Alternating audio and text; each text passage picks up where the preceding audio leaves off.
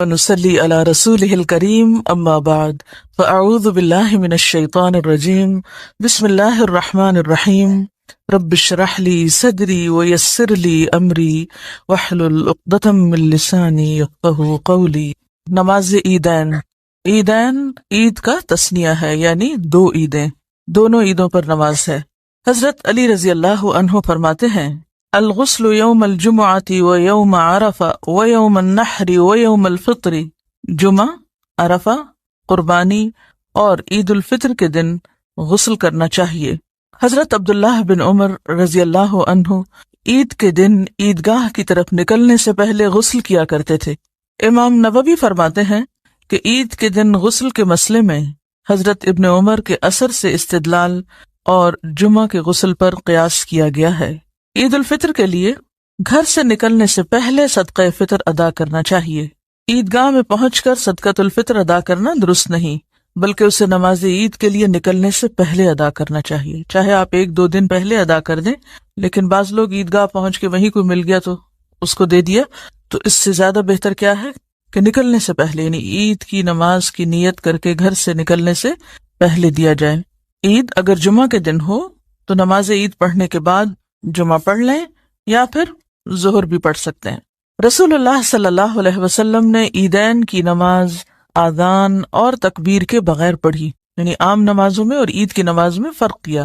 جابر بن عبداللہ رضی اللہ عنہ نے فرمایا نماز عید کے لیے آذان ہے نہ تکبیر، یعنی نہ آذان ہے نہ تکبیر، نہ پکارنا ہے اور نہ کوئی اور آواز، یعنی کسی بھی قسم کا اعلان، جیسے صلاۃ الکسوف میں الصلاۃ جامعۃ، یا بارش کے دن گھروں پر نماز پڑھنے کے لیے صلوا فی رحالکم، یا فجر کی نماز میں الصلاۃ خیر من النوم کے الفاظ کا اضافہ عام اذان سے زیادہ۔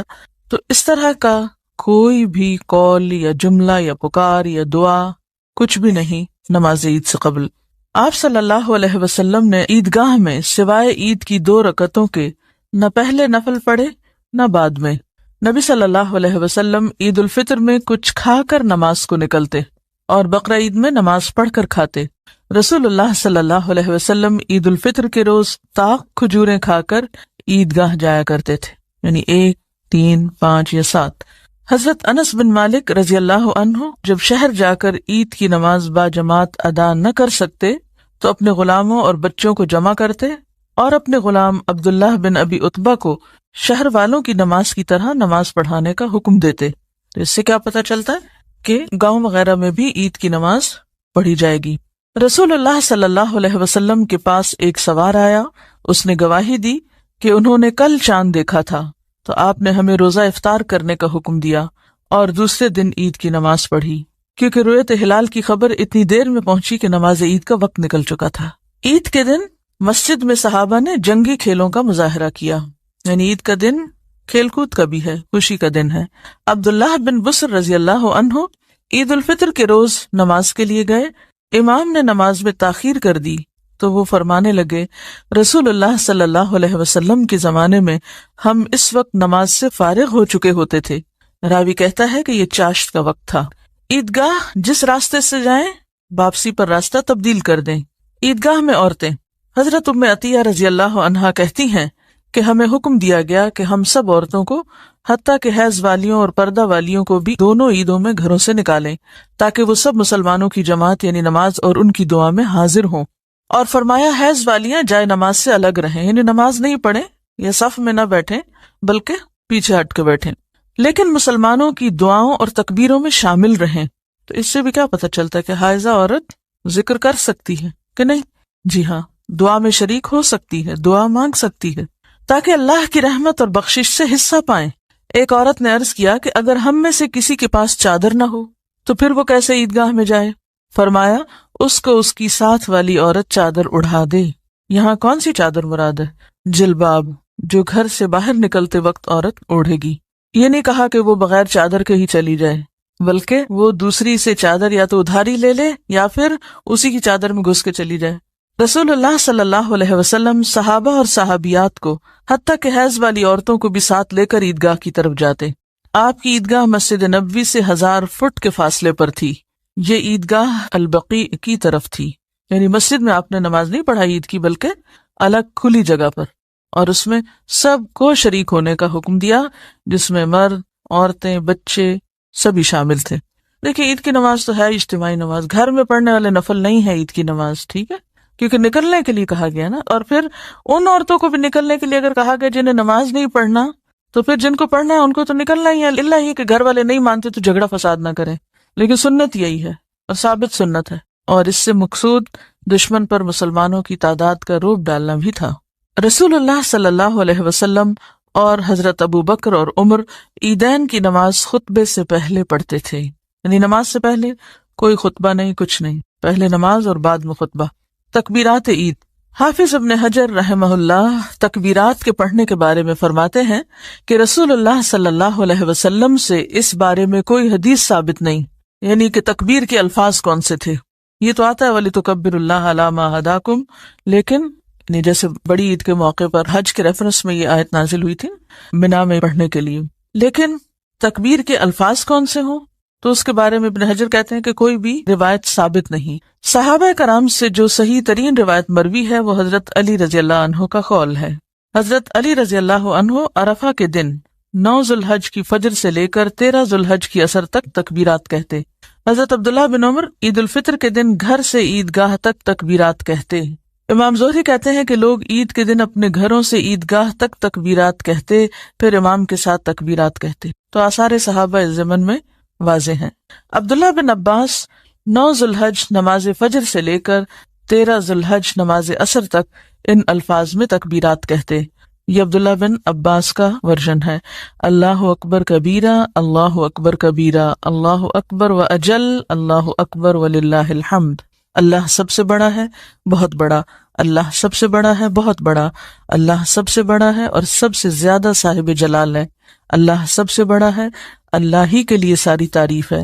حضرت سلمان یوں تکبیرات کہتے، اللہ اکبر، اللہ اکبر، اللہ اکبر کبیرہ۔ اسی طرح ابن ابی شیبہ کی ایک روایت میں حضرت عمر اور حضرت ابن مسعود سے یہ الفاظ بھی ہیں، یہاں ابن عباس کے الفاظ ہیں اور حضرت سلمان کے، لیکن ایک اور روایت میں حضرت عمر اور حضرت ابن مسعود سے یہ الفاظ بھی ہیں، اللہ اکبر، اللہ اکبر، لا الہ الا اللہ واللہ اکبر، اللہ اکبر وللہ الحمد۔ یہ کس کی روایت ہے؟ حضرت عمر اور ابن مسعود کی، اور یہ نیل الاوتار اور ابن ابی شیبہ اور طبرانی وغیرہ میں آئی ہے۔ دارقطنی کی جو روایت ہے جس میں رسول اللہ صلی اللہ علیہ وسلم سے تکبیر منسوب کی گئی ہے، وہ روایت صحیح نہیں، جس کے بارے میں انہوں نے لکھا ہے کہ رسول اللہ صلی اللہ علیہ وسلم سے الفاظ تکبیر کی صراحت دارقطنی میں یوں آئی ہے، اللہ اکبر، اللہ اکبر، لا الہ الا اللہ واللہ اکبر، اللہ اکبر وللہ الحمد۔ اس حدیث کو امام ذہبی نے سخت ضعیف بلکہ موضوع کہا ہے، ٹھیک ہے۔ تو اس کا معنی کیا ہے کہ یہ آپ صلی اللہ علیہ وسلم کے الفاظ نہیں ہیں، لہذا کوئی یہ سمجھ کے نہ پڑے کہ یہ تکبیرات آپ نے پڑھی ہیں، بلکہ تکبیرات کے یہ جتنے بھی الفاظ ہیں یہ صحابہ کرام سے منسوب ہیں۔ اب 3 طرح کے تکبیرات ہمارے سامنے ہیں، ایک جو عبداللہ بن عباس کی ہیں، ٹھیک ہے، دوسری حضرت سلمان کی، سلمان فارسی یعنی، تیسری حضرت عمر اور ابن مسعود۔ تو یہ جو آخری تکبیر ہے یہ بیسیکلی حضرت عمر اور حضرت ابن مسعود کی ہے۔ جس روایت میں یہ بات آئی ہے کہ یہ رسول اللہ صلی اللہ علیہ وسلم نے فرمائی، وہ روایت سخت ضعیف ہے، یعنی یہ آپ سے منسوب نہیں کی جا سکتی۔ اب آپ کے ذہن میں سوال یہ پیدا ہوگا، کیا پھر ہم تکبیر پڑھیں یا نہ پڑھیں؟ کیا کہتے ہیں آپ؟ کیوں؟ آثار صحابہ سے ثابت ہے، یعنی صحابہ کرام کا طرز عمل موجود ہے۔ یہ مت کسی کو کہیں کہ یہ حضور صلی اللہ علیہ وسلم کے الفاظ ہیں، بس اتنا سا فرق ہے۔ چلیے، نماز عید کا طریقہ۔ رسول اللہ صلی اللہ علیہ وسلم عید الفطر اور عید الاضحیٰ کے دن عیدگاہ جاتے، سب سے پہلے نماز پڑھتے، پھر خطبہ دیتے، جبکہ لوگ صفوں میں بیٹھے رہتے۔ خطبہ میں لوگوں کو نصیحت، وصیت کرتے اور حکم دیتے، پھر واپس لوٹتے۔ وضو کر کے قبلے کی طرف منہ کر کے اللہ اکبر کہتے ہوئے رفع الیدین کریں، پھر سینے پر ہاتھ باندھ کر دعائے استفتاح پڑھیں، پھر دعائے استفتاح ختم کر کے قرأت سے پہلے ٹھہر ٹھہر کر 7 تکبیریں کہیں، تب سورۃ الفاتحہ سے پہلے ہر تکبیر پر رفع الیدین کریں اور ہر تکبیر کے بعد ہاتھ باندھیں، یعنی تکبیر کر کے ہاتھ نیچے نہیں چھوڑیں گے بلکہ سینے پہ باندھیں گے۔ پھر امام اونچی آواز سے اور مقتدی آہستہ الحمد شریف پڑھیں، پھر امام اونچی آواز سے قرأت پڑھے اور مقتدی چپ چاپ سنیں۔ نبی صلی اللہ علیہ وسلم نے عید الاضحیٰ اور عید الفطر میں سورت قاف والقرآن المجید اور اقتربت الساعہ وانشق القمر پڑھی، اور ایک روایت میں ہے سبح اسم ربک الاعلی اور هل اتاک حدیث الغاشیہ، یہ صورتیں بھی پڑھی۔ یہ ان صورتوں میں کیا معنی ہے، کس چیز کی یاد دہانی؟ چلیے مان لیا آپ کی بات، یہ تو عید کا دن ہے، خوشی کا دن ہے، اور اس دن قیامت کی بات، اقتربت الساعہ اور هل اتاک حدیث الغاشیہ، اور سورت قاف تو بہت ہی ہلا دینے والی سورت ہے۔ ایسا کیوں؟ خوشی کے دن میں آخرت کی یاد کیوں؟ عموماً ایسا ہوتا ہے کہ خوشی میں اعتدال قائم رکھنا بڑا مشکل ہوتا ہے۔ جب انسان کو کوئی خوشی کا موقع ہوتا ہے، اور پھر اجتماعی خوشی، ایک تو ہوتی ہے نا آپ کی انڈیویجول انفرادی خوشیاں، مثلاً کسی کی شادی ہے، یا کسی کے گھر بچہ پیدا ہوا، یا کوئی امتحان میں پاس ہوا، یہ خوشی کیسی خوشی ہے؟ انفرادی خوشی، آپ منا رہے ہیں خوشی، آپ کے گھر والے منا رہے ہیں، محدود پیمانے پر ہے۔ اور ایک خوشی وہ خوشی ہے جو سارا شہر منا رہا ہے۔ اب وہ کام جو سب لوگ مل کے کر رہے ہیں، تو اس میں اس بات کا اندیشہ ہو سکتا ہے نا کہ انسان خوشی میں پھر حد سے بڑھے، اور ایسے حد سے بڑھے کہ بالکل ہی اللہ کی یاد سے غافل ہو جائے۔ تو ایسے موقع پر بھی آخرت کی یاد دلائی گئی تاکہ انسان کسی بھی وقت اپنے اس اصل گھر سے غافل نہ ہو۔ اور پھر یہ بات بھی ہے کہ قیامت کے دن بھی سب لوگ اکٹھے ہوں گے، جمع ہوں گے، تو خاص طور پر جب نماز کے لیے سب اکٹھے ہوں، جس میں عورتیں اور بچے بھی شامل ہوں، تو اس موقع پر آخرت کو بھی آپ ریلیٹ کر سکتے ہیں۔ کس طرح ریلیٹ کر سکتے ہیں؟ کہ وہاں بھی بہت سارے لوگ ایک جگہ اکٹھے ہوں گے۔ آخرت کا دن یوم الجمع بھی تو ہے نا، اکٹھے ہونے کا دن بھی ہے۔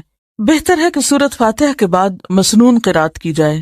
جب پہلی رکعت پڑھ کر آپ دوسری رکعت کے لیے کھڑے ہوں اور قیام کی تکبیر کہہ چکیں، تو قرات شروع کرنے سے پہلے 5 تکبیریں کہیں۔ دوسری رکعت میں قیام کی تکبیر کہہ چکے تو قرات شروع کرنے سے پہلے 5 تکبیریں کہیں۔ پہلی رکعت میں تکبیریں کب ہوں گی؟ دعائے استفتاح کے بعد، اور دوسری رکعت میں ابتدا میں۔ ان تکبیروں میں بھی رفع الیدین کریں، اور ہر تکبیر کے بعد ہاتھ باندھیں۔ امام بہقی رحمہ اللہ نے نماز عیدین کی زائد تکبیرات میں رفع الیدین کرنے پر جس حدیث سے استدلال کیا ہے، اس میں حضرت عبداللہ بن عمر فرماتے ہیں کہ رسول اللہ صلی اللہ علیہ وسلم ہر اس تکبیر میں ہاتھ اٹھاتے جو رکوع میں جانے سے پہلے کہتے، یہاں تک کہ آپ کی نماز مکمل ہو جاتی۔ آپ دیکھیے کہ تکبیروں کے ساتھ ہاتھ اٹھانا ہے نا۔ تکبیریں تو آپ سجدے کے اندر جاتے اور اٹھتے ہوئے بھی پڑھتے ہیں، تو پھر وہاں کیوں نہیں ہاتھ اٹھاتے؟ تو اس سے کیا پتہ چلتا ہے کہ نماز عید میں بھی جو ہاتھ اٹھاتے ہیں، یا عام بھی نماز میں جو رفع الیدین کرتے ہیں، یہ تمام رفع الیدین رکوع سے اٹھنے تک ہے۔ جب آپ سجدے میں چلے جائیں تو سجدے میں جاتے اور اٹھتے وقت رفع الیدین نہیں ہوگا۔ پھر 2 رکعتیں پڑھ کر سلام پھیر دیں۔ رسول اللہ صلی اللہ علیہ وسلم، حضرت ابو بکر اور عمر اور عثمان رضی اللہ عنہم پہلے نماز پڑھتے، پھر خطبہ دیتے۔ عیدین کا خطبہ ممبر پر نہ پڑھیں، یعنی جیسے جمعے کا خطبہ امام اوپر اٹھ کے سیڑھی پر اوپر جا کے پڑھتا ہے، تو عیدین کا اس طرح نہیں۔ ابو سعید خدری کی حدیث سے معلوم ہوتا ہے کہ عیدگاہ میں ممبر کا اہتمام مروان بن حکم کے عہد میں کیا گیا، یعنی یہ بعد کی روایت ہے۔ ابو داؤد اور ابن ماجہ میں ہے کہ ایک شخص نے مروان کے اس فعل پر اعتراض کرتے ہوئے کہا، تم نے عید کے روز ممبر لا کر سنت کی مخالفت کی، کیونکہ اس روز اسے نہیں لایا جاتا تھا۔ نبی صلی اللہ علیہ وسلم کے دور میں ایسا نہیں ہوا تھا کہ عیدگاہ میں ممبر لے جایا جائے، ٹھیک ہے، اور خلفائے راشدین کے دور میں بھی نہیں ہوا۔ بعد میں ہوا تو اس پر اعتراض کیا گیا۔ اب دیکھیے کہ اس میں ایک ایکسٹرا تکلیف بھی تو ہے نا، اگر اسپیکر کا انتظام ہے اور آواز پہنچ رہی ہے تو کافی ہے۔ بیسیکلی صحابہ کرام کی ایک احتیاط کو آپ دیکھیے کہ حد الوسع اس چیز سے بچنے کی کوشش کرتے تھے کہ کہیں ہم آپ سے آگے نہ چلے جائیں۔ سورۃ الحجرات میں جیسے آتا ہے نا، لا تقدموا بین یدی اللہ ورسولہ، جو کام آپ نے نہیں کیا۔ اسی لیے جب حضرت عثمان نے مسجد میں ایکسٹینشن کی تو بھی لوگوں نے اعتراض کیا کہ آپ کیوں اس کو اس طرح بنا رہے ہیں، تھوڑا بہتر بنائی، پکی اینٹوں کی بنائی تھی۔ حضرت عائشہ کے پاس بچیاں دف بجا کر اچھے اشعار گا رہی تھیں، ابو بکر رضی اللہ عنہ نے انہیں منع کیا۔ نبی صلی اللہ علیہ وسلم نے فرمایا، اے ابو بکر انہیں کچھ نہ کہو، بے شک آج عید کا دن ہے، بلا شبہ ہر قوم کی ایک عید ہوتی ہے اور آج ہماری عید ہے۔ لیکن اس سے کہیں یہ ثابت نہیں ہوتا کہ انسان فحش اور لچر قسم کی باتیں شروع کر دے۔ اس حدیث سے استدلال کرتے ہوئے کسی کی شادی کا موقع تھا تو اس میں بچیاں شعر پڑھ رہی تھیں اور آپ صلی اللہ علیہ وسلم وہاں تشریف لائے، تو آپ نے ان کو منع نہیں کیا، لیکن جب ایک خاص شعر پر پہنچی جس میں فخر اور غرور کی کچھ بات تھی تو آپ نے فرمایا کہ یہ نہ کہو بلکہ وہی پڑھو جو پہلے پڑھ رہی تھی۔ اچھا، اس سے یہ پتہ چلتا ہے کہ مومن کو ہر موقع پر آنکھیں کھلی رکھنی چاہیے، یعنی وہ کسی بھی حکم پر جب عمل کرے گا تو آنکھیں کھول کر کرے گا، یعنی صرف جزوی استدلال نہیں کیا جا سکتا مختلف مواقع سے کہ اگر یہ ثابت ہو گیا کہ یہاں شعر پڑھنے کی عید کے دن یا کسی شادی کے موقع پہ گانے کی اجازت ہے تو صرف شعر یا گانے کے لفظ سے انسان پھر ایک جواز نکال لے اور پھر جو جی میں آئے کرے، اور یہ کہے کہ کیونکہ آپ کے زمانے میں بھی تو ایسا ہوتا تھا، آپ صلی اللہ علیہ وسلم نے اگرچہ اجازت دی اور آپ کی موجودگی میں یہ فعل ہوا، لیکن اس کے باوجود جو الفاظ کی سلیکشن تھی اور جو اشعار کی سلیکشن تھی اس کو مد نظر رکھا گیا۔ ڈاکٹر فرحت ہاشمی صاحبہ کے مستند بیانات سننے کے لیے ہمارے چینل قرآنک پلس کو سبسکرائب کریں۔ یہاں قرآن و حدیث کی روشنی میں حقیقی رہنمائی اور روحانی ترقی کے خزانے ملیں گے۔ ابھی جڑیں اور دین کو گہرائی سے سمجھیں۔ جسے لوگ جمع کر رہے ہیں تو نماز کامیابی کا ذریعہ ہے، ٹھیک ہے، لیکن کب؟ جب اس میں خشوع ہو، اور خشوع نماز میں کب آتا ہے؟ جب کس چیز سے پرہیز کریں؟ لغو سے، فضول باتوں سے۔ تو اپنی نمازوں کو اچھا بنانے کے لیے ہم نے کیا کرنا ہے؟ لغو باتوں، بیکار، فضول، بے مقصد باتوں سے پرہیز کرنا ہے۔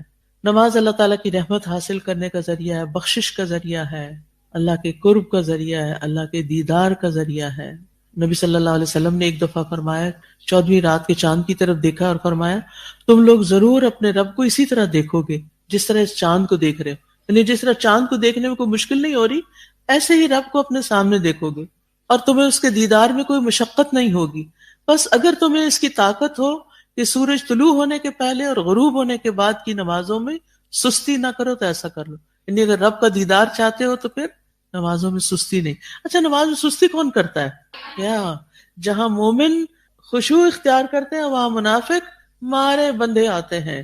وَلَا يَأْتُونَ إِلَى الصَّلَاةِ إِلَّا وَهُمْ كُسَالَىٰ يُرَاءُونَ النَّاسَ، لوگوں کو دکھانے کے لیے پڑھتے ہیں کہ ہم نماز پڑھتے ہیں، ہم نے پڑھ لی ہے۔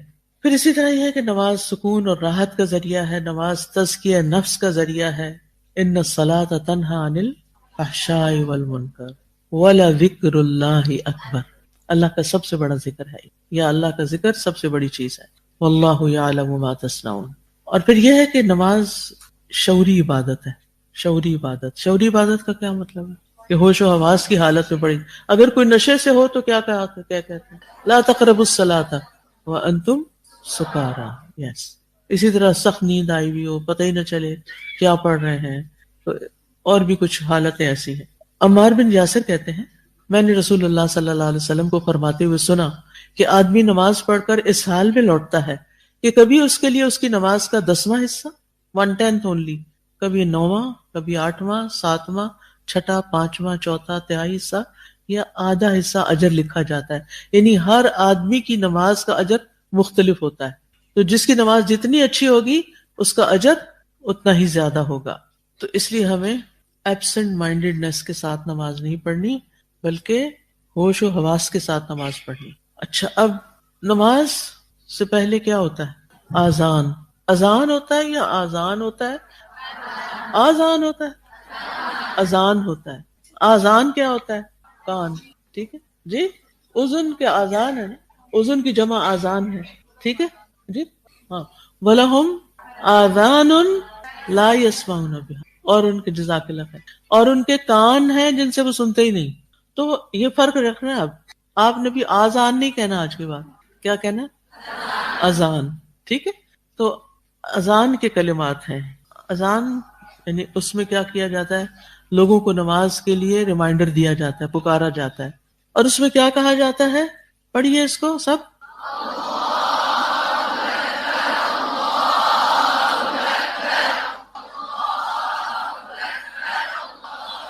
جزاک اللہ خیر۔ یعنی ہر سٹیپ پہ ہم رکیں گے تھوڑا سا، ٹھیک، سانس بھی لیں گے۔ کیا مطلب ہے اللہ اکبر؟ ہم کیا سمجھتے ہیں کون بڑا ہے؟ اگر واقعی ہم اللہ کو بڑا سمجھتے ہوتے ہیں نا تو ہماری زندگی بہت مختلف ہوتی۔ ہم تو کبھی اپنے آپ کو بڑا سمجھتے ہیں، اور کبھی لوگوں کو بڑا سمجھتے ہیں، اور کس چیز کو بڑا سمجھتے ہیں؟ مال، سٹیٹس۔ آپ دیکھیے کہ اگر ہم صرف یہ لفظ بھی سمجھ کے شعور سے ادا کرنا، اللہ اکبر، اللہ سب سے بڑا ہے، تو پھر میری تو کوئی بڑائی نہیں نا۔ یہ چیز تکبر کی نفی کر دیتی ہے۔ اور تکبر جو ہے اس کا وہ رائی کے دانے برابر بھی تکبر ہونا تو وہ شخص جنت میں نہیں جا سکتا. تو ہمیں واقعی اللہ کو بڑا سمجھنا ہے. اللہ اکبر، اللہ سب سے بڑا ہے. اچھا جب کوئی آپ کی بےزتی کر دے، بے عزتی تو نہیں کہہ سکتی، ہم عام طور پر اس کو مختصر الفاظ میں بولتے بےزتی. بےزتی بھی کہتے ہیں. جی ہاں بےزتی بھی کہتے ہیں، کچھ اور بھی کہتے ہیں. سپرلیٹو ڈگری زیادہ ہو تو پھر بےزتی ہوتی، تھوڑی ہو تو بےزتی. ہاں عزت کروا لی اپنی. تو اگر کبھی ایسا محسوس ہو، کبھی محسوس ہوا دن میں کئی بار ہوا، تو اس نے تو مجھے کوئی امپورٹینس ہی نہیں دی، اس نے تو کچھ مجھے سمجھا ہی نہیں، تو اپنے آپ کو کہا کرے میں ہوں ہی کیا چیز. بڑائی تو ساری اللہ کے لیے ہے. الکبریاء للہ، اللہ سب سے بڑا ہے، میں سب سے بڑی نہیں. اچھا جب ہم کہتے ہیں نا اللہ سب سے بڑا ہے، تو پھر اللہ کی بات بھی سب سے بڑی ہے، وہ ہماری زندگی میں واقعی بڑا ہونا چاہیے. اب کبھی کبھی میں سوچتی ہوں کہ ہم پتہ نہیں کیسی حیوانوں والی زندگی بسر کر رہے ہیں. دن میں اتنی دفعہ سنتے بھی ہیں اور کہتے بھی ہیں اللہ اکبر، لیکن ایک دفعہ بھی دن میں یہ شعور یا احساس نہیں جاگتا کہ میری زندگی میں سب سے بڑا اللہ ہے، اس کا حکم سب سے آگے ہے. کیونکہ ہم یہ کہتے ہیں فلاں کیا کہے گا، وہ کیا سوچے گا، اس کا کیا ہوگا، اس کا مطلب ہم ان سب کو بڑا سمجھتے ہیں، اور جو اللہ سبحانہ و تعالیٰ کی ہستی ہے اس کو پیچھے کر دیتے ہیں. تو یہ ناانصافی نہیں ہونی چاہیے. تو اب نیکسٹ ٹائم جب آپ اذان سنیں گے نا، اور دو اذانوں کے بیچ میں اگر کوئی ایسا مس ہیپ ہو چکا ہے کہ جس میں آپ کو کوئی امپورٹنس نہیں دی گئی یا آپ کو بڑا نہیں مانا گیا، کہ بڑائی تو ساری اللہ کے لیے، اللہ ہی سب سے بڑا ہے اور اللہ کی بات ہی سب سے بڑی ہے. وَكَلِمَةُ اللَّهِ هِيَ الْعُلْيَا. ٹھیک ہے آگے ہے. اب یہ جو نا لفظی ترجمہ، تو یہ اگر میں نام بھی بولوں نا، کیونکہ یہ کافی انڈرسٹوڈ بھی ہے اور آپ کے پاس لکھا ہوا بھی ہے، آپ اس کو خود پڑھ کے اس کو یاد کر سکتے ہیں. اور میں دیکھتی ہوں ایک ایک لفظ کا کروا بھی دیتی ہوں کسی طرح. جی اگلی شہادت، یعنی پہلی شہادت دو جملے بس پڑھیے، اس طرح ہر سیٹ آپ پڑھیں گے. ٹھیک ہے.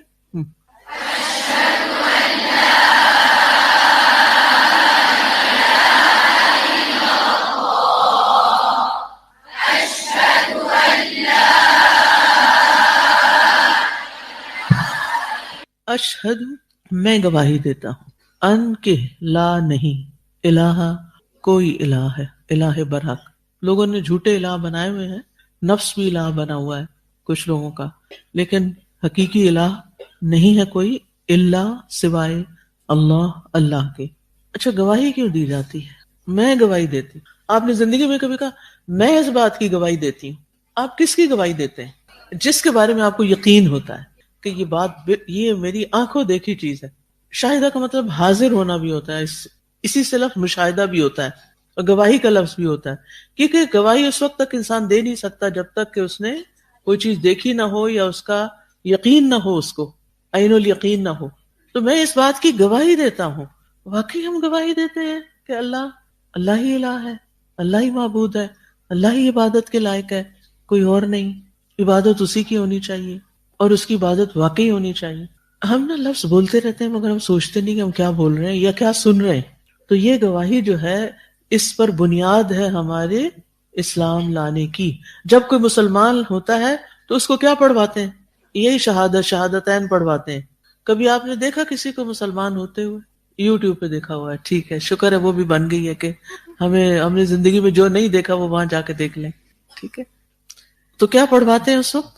ہاں اس کو اپنے پیچھے کہلواتے ہیں اشہدو، وہ کہتے ہیں اشہدو اللہ الہ الا اللہ.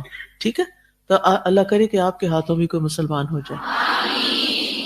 اصل میں نا ہمیں پورا یقین نہیں کہ جس دین پر ہم ہیں یہ بالکل سچا ہے، اور جو ہم پڑھ رہے ہیں سن رہے ہیں یہ سب کچھ بالکل حقیقت ہے، اور اسی پر ہمارے اعمال اور ان کا انحصار ہے، اور انجام کا بھی اس پر انحصار ہے. جب آپ کو کسی سچائی پر پورا یقین ہوتا ہے نا تو آپ اس کو برملا کہہ بھی سکتے ہیں. آپ کو وہ کہتے ہوئے بھی ڈر نہیں لگتا، آپ کو کوئی جھجک نہیں آتی. میں پچھلے 2 دن ریاض میں تھی، تو جس دن میرا پہلا دن تھا تو اس دن رات کو ایک خاتون سے ملاقات ہوئی. وہ کسی کام سے آئی تھی، تو جب انہوں نے کام کر لیا تو میں نے ان سے پوچھا، مجھے اندازہ ہوا کہ شاید یہ کرسچن ہے نا، تو میں نے کہا کہ آر یو کرسچن؟ تو کہتی ہاں. میں نے کہا ویئر آر یو فرام؟ کہتی فلپائن. تو میں نے پوچھا پہلے تھوڑی سی باتیں کی کہ اچھا کب سے یہاں ہو. چند مہینے بتائے اس نے. تو میں نے کہا کہ what do you believe is Jesus son of God? کہتی yes yes son of God. میں نے کہا but he was a human wasn't he? کہتی yes he was a human. میں نے کہا از گاڈ اے ہیومن؟ کہتی نو. میں نے کہا then how can he be son of a non human? کہتی yes you are right it make sense. میں نے کہا کہ وہ انسان ہیں، ایک عورت سے پیدا ہوئے ہیں، اور اللہ سبحانہ وتعالیٰ آپ کہتی ہیں انسان نہیں ہے، ہیومن نہیں ہے، تو پھر یہ کیا ہے؟ یعنی کسی کا بھی بیٹا اس کی اپنی جنس سے ہی ہوتا ہے نا. اب بلی سے کتا تو نہیں پیدا ہوتا. آپ یقین کریں کہ صرف میرے سوال تھے. میں ہمیشہ جب بھی کسی الحمدللہ مختلف جگہوں پہ جہاں بھی میرا نان مسلم سے انٹریکشن ہوتا ہے میں ضرور اس بات کو لے آتی ہوں بیچ میں کہ اس ملاقات کا کچھ نہ کچھ حق ادا ہو جائے. تو میں نے کہا کہ we Muslims we do not believe him as a son of God, we believe him as a prophet of God.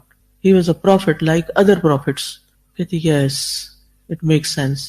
میں نے کہا کہ خیر اس سے پھر میں کچھ بات کرتی رہی. میں نے کہا کہ فرام ناؤ اب تم کیا کرو گے آئندہ؟ میں نے کہا ویئر ایور یو گو سے tell them Jesus was not son of God. کہتی yes I will tell them. اچھا پتہ کیا ہوا؟ اٹھی اور اس نے مجھے گلے لگا لیا. کہتی my meeting with you is not an incident, it's not incidentally happened, کہ ایسے اچانک ہی نہیں ہم مل گئے. It was a purpose that I was sent to you. وہ میرے ہی کسی کام سے آئی تھی. تو یعنی اس کی آنکھوں میں ایسی چمک اور روشنی، اور پھر کہتی ہے کہ I'm so grateful to you, you have told me a truth and this and that. اور میں نے کہا کہ okay then now from now onwards یہ بات تم سب کو کہو. اچھا تھوڑی دیر کے بعد کوئی کمرے میں آئے، اس کو کہنے لگی you know she told me Jesus was not son of God and I believe now. تو بہرحال اسی طرح کچھ دن میں کینیڈا میں تھی جب، تو کسی کام سے میں کسی تھراپی کے لیے گئی، تو وہ لڑکی سکھ تھی. تو اس سے میں نے کہا کہ اچھا how many Times you pray in a day? کہتے نا روز تو نہیں، صبح پڑھتے ہیں شاید، یہ کوئی پنجابی بولتے ہیں نا، تو صبح پڑھتے ہیں یا کچھ اس طرح کر کے اس نے بتایا. اچھا میں نے کہا بٹ وی مسلمز وی پرے 5 times a day. تو پھر میں نے کہا کہ گاڈ کتنے ہیں؟ تو اس کو کچھ اتنا زیادہ پتہ ہی نہیں تھا، لاس تھی. پھر میں نے کہا do you have a book, do you read that book, God has sent you a book? کہتی کہ but we don't read that. وہ تو ہوتی ہے گردوارا میں اور اس کو ہمارے بڑے ہی پڑھتے ہیں. اب یقین کریں مجھے اتنا اللہ کا شکر ادا ہوا، اللہ آپ نے ہمیں ایسی کتاب دی ہے جو بالکل سچی کتاب ہے، اور ہمیں اس کو پڑھنے اور پڑھانے کی توفیق دی. تو نے ہمارے لیے وہ کتاب کھل گئی، ہمیں پتہ ہے ہمیں کیا کرنا ہے. اللہ نے ہمیں ایک ایک بات بتا دی. ان لوگوں کے پاس کتاب ہی کوئی نہیں، ان کے پاس کتاب ہی نہیں ہے. ان کو پتہ ہی نہیں ہے کہ اللہ نے ہمیں کیوں بھیجا دنیا میں. ان کو پتہ ہی نہیں ہے کہ انہوں نے کیا کرنا ہے. یہ کس طرح زندہ ہے اللہ کے ذکر کے بغیر. خیر کچھ اور چیزیں باتیں میں اس کے ساتھ کرتی رہی. تو اسی طرح ایک اور جگہ پر میں گئی تو وہاں پر وہ بدھسٹ تھی، بدھسٹ. تو میں نے اس سے پوچھا کہ do you believe in God? کہتی واٹ گاڈ؟ اس کو لفظ گاڈ ہی نہیں پتا تھا. میں نے اس کو بینیفٹ آف ڈاؤٹ دیا، میں نے کہا شاید یہ انگلش اتنی نہیں جانتی تو اس لیے اس کو گاڈ کا نہیں پتا. تو لیکن اس کا یہ حیرت اور اظہار کہ گاڈ کیا ہوتا ہے، یعنی یہ ورڈ ہی کیا ہے گاڈ، یہ آپ یقین میں ایسا لگا کہ چوٹ ماری ہے کہ ایسے بھی لوگ دنیا میں رہتے ہیں جن کو پتہ ہی نہیں کہ ان کو پیدا کس نے کیا. اور ایسے لوگوں سے دنیا بھری پڑی جو سوچتے بھی نہیں. آپ خوش قسمت ترین لوگوں میں سے جنہیں اللہ نے اپنے دین کی سمجھ کے لیے چنا، اور اللہ تعالیٰ اس پر آپ کو یقین عطا کرے. یہ یقین بہت بڑی دولت ہے. اور پھر اس پر گواہی دینے والا بھی بنایا آپ کو، اور اللہ آپ کو توفیق دے کہ جہاں کہیں کسی ایسے شخص کو ملے آپ اس سے صرف سوال کریں. اچھا آپ کیا کرتے ہیں؟ پہلے آپ کامن گراؤنڈز پہ سوال کریں، کیا پکاتے ہیں، کیا کھاتے ہیں، مثلا جیسا بھی کوئی شخص آپ کو نا، اچھا کیا کرتے ہیں، اچھا پھر یہ آپ کیا سوچتے ہیں، یہ جو فلاں چیز ہوئی ہے اس کے بارے میں آپ کو کیا سوچتے ہیں، آپ کے دل میں کبھی کوئی پریشانی تو نہیں آئی، آپ خوش رہتی ہیں، یا آپ کو کبھی انزائٹی تو نہیں ہوئی، یا یعنی ڈفرنٹ، یہ نہیں کہ کوئی لگے بندے کے رٹے رٹائے سوال ہے جو آپ کو پکڑا دیں گے ہم یہاں اور آپ جا کے وہ دیکھ کے کوشچن اسائنمنٹ حل کریں گے. ایسا نہیں ہوتا. دعوت سچویشنل ہوتا ہے. آپ ان کے ساتھ بات چیت کریں گے، اور اس سے پہلے دل میں ہمدردی لائیں گے. اللہ یہ بھی تیرا بندہ ہے، اللہ تو نے مجھے دیا نا پہچان، تو میں اس کے شکر کے طور پر چاہتی ہوں کہ اس کو بھی تیری پہچان ہو جائے. اور یہ ہماری خیرخواہی ہر ایک کے لیے ہونی چاہیے، مسلم نان مسلم سب کے لیے، کیونکہ کسی کی بھی اصلاح شروع ہوتی ہے اخلاص سے، خیرخواہی سے. جب تک آپ کے دل میں خیرخواہی نہیں نا، اور جب تک آپ کے دل میں وہ خیرخواہی کرنے کا مقصد اللہ کو راضی کرنا نہیں نا، کوئی اصلاح وغیرہ نہیں ہوتی. پھر یہ کوئی پروفیشن نہیں ہے کہ آپ اٹھتے ہیں اور آپ اپنا آفس کھول لیتے ہیں اور پھر لگے بندے کام شروع کر دیتے. نہیں، سب سے پہلی چیز انسانوں کا دکھ درد محسوس کریں، چاہے اپنے ہوں چاہے پرائے ہوں، چاہے کوئی بھی ہو، اس کا دکھ محسوس کیا کریں، اور پھر اس کی عاقبت کو سامنے رکھ کے کہ یا اللہ اگر یہ مسلمان نہیں تو پھر انجام کیا ہوگا، تو مجھے اس کے لیے کچھ کرنا ہے، اللہ مجھے دوسروں کے فائدے کا بنا دے. اور جب آپ کے اپنے دل میں ہمدردی لائیں گے نا، تو پھر جب ہمدردی لاتے ہیں نا، اور پھر سارے غصے اور ساری لڑائیاں جھگڑے سب پیچھے رہ جاتے ہیں. پھر آپ وہ کرتے ہیں جس سے وہ کام ہو جائے، وہ مقصد پورا ہو جائے، وہ خیرخواہی ہو جائے، اپنے انجام کو پہنچے. ٹھیک ہے، تو سب سے پہلے تو توحید کی گواہی، دوسرے اب پھر اگلی پڑھیے.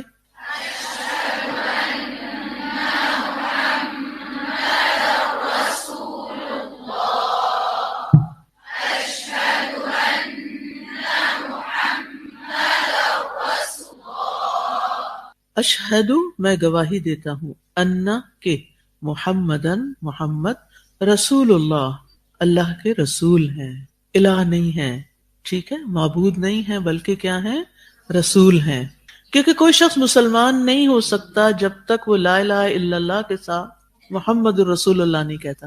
ٹھیک ہے، تو جب کبھی اللہ آپ کو موقع دے کسی کو بھی مسلمان کرنے کا، تو یہ دو چیزیں جو ہیں یہ آپ نے ان کو کہلوانی اور مطلب بھی بتانا ہے.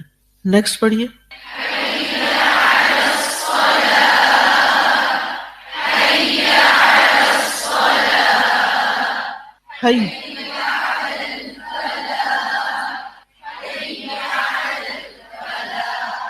حیا کا مطلب ہے آؤ، علی الصلاۃ، نماز کی طرف، حیا علی الصلاۃ، آؤ نماز کی طرف، حیا علی الفلاح، آؤ کامیابی کی طرف. سبحان اللہ، حیا علی الفلاح، آؤ کامیابی کی طرف.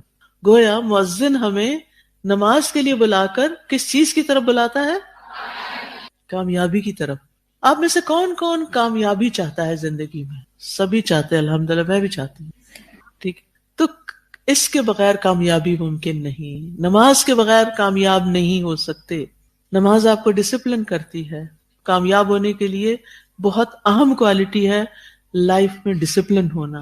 نماز آپ کے سونے جاگنے کی روٹین کو درست کرتی ہے. نماز آپ کے کھانے پینے کے طریقوں کو درست کرتی ہے. کیونکہ جس کو نماز کی فکر ہوتی ہے نا، تو پھر وہ سوچ سمجھ کے کھانا کھاتا ہے کہ مجھے ایسی چیزیں نہیں کھانی کہ جس کی وجہ سے میرا وضو نہ رہے اور میری نماز خراب ہو اور میں نماز میں لیٹ ہو جاؤں یا نماز میں سستی ہو. وہ اتنا نہیں کھائے گا شیطان کی طرح کہ جس کے بعد وہ پڑھ جائے اور نماز ہی نہ پڑھے. تو یہ جو لفظ ہے نا الفلاح، خشوع کے بعد ایک اور کی ورڈ دیکھ لیں کہ نماز کیا ہے؟ الفلاح کا ذریعہ ہے، کامیابی کا ذریعہ ہے. میں زندگی میں سکسیس چاہتی ہوں، اس لیے مجھے کیا کرنا ہے؟ نماز کی پابندی کرنی ہے، نماز پڑھنی، وقت پہ پڑھنی اور اس کے اذکار یاد کرنے ہیں.